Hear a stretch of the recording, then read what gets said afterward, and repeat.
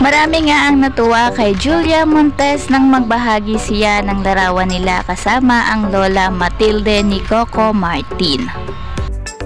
Ibinahagi nga ni Julia Montes sa kaniyang Instagram account kung saan nga ay pinasasalamatan niya ang doktor kung saan nga nag-need treatment ang Lola Matilde ni Coco Martin. Nakakatuwa nga at talaga namang open na in public at magbahagi ng mga larawan sila Coco Martin at Julia Montes sa kanilang mga fans. Anyways, tumanggap naman ng parangal si Coco Martin bilang Iconic Movie Actor 2024 sa FAMAS Awards. Coco Martin.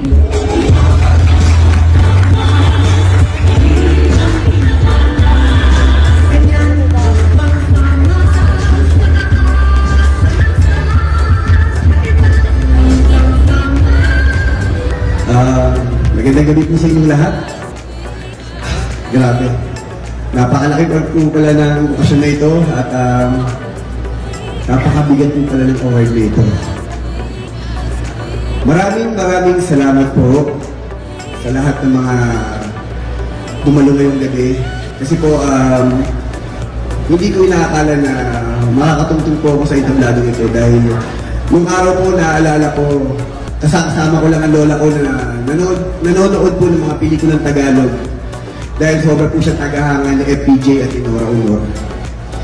Kaya bata pa lang po ako, nagulat na po ako sa lahat halos ng mga magagandang pelikula ng mga Pilipino. Yung mga panahon po na Lino Broca, nila Ismael Bernal, nila Celso at Castillo, at maraming pa po ibang mga mahuhusay ng mga direktor.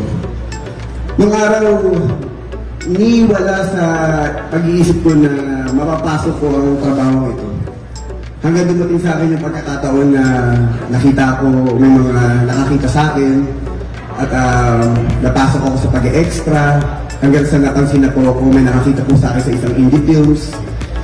Hanggang, yun po, dumalo yung takbo ng aking career sa trabaho ito. Kaya ako po kinukwento ito dahil hindi ko po lubos maisip na darating ako sa pagkakataon ito na mabibigyan ako ng parangal sa napakabata akong edad ng Iconic Movie Actor. Kasi para sa akin po nung araw, nung nagsisimula ako, hindi ko kasi naisip na magiging artista ako. Ang tingin ko lang dati, racket eh. Ang tingin ko lang basta pagkakakitaan ko, basta kikita ko, ginagawa ko lang to dahil gusto ko magtrabaho, gusto ko mabuhay yung pamilya ko, gusto ko sila mabigyan ng magandang kinabukasan. Hanggang dumating na sa akin yung point na dahan-dahan sa trabaho ginagawa ko ng mga indie films na nung pinasok ko yung mundo ng indie films, yung mga sinisimulan ko yung mga pelikula ko, talagang mga medyo mature role ang mga ginagampanan ko. Kadalasan ang mga ginagawa ko, mga gay film, iba't iba. Kasi ang tingin ko sa ginagawa ko noon, hindi na racket. Ang tingin ko noon, ginagawa ko yung mga pelikulang yun dahil naniniwala ako doon sa proyekto, doon sa kwento at sa direktor na katrabaho ko at sa mga artista.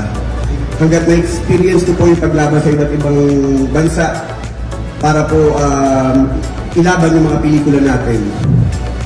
Hanggang dumating na po yung pagkakataon na napansin na ako ng television, ng ABS-CBN, ganoon na rin po ang GMA at ng Channel 5.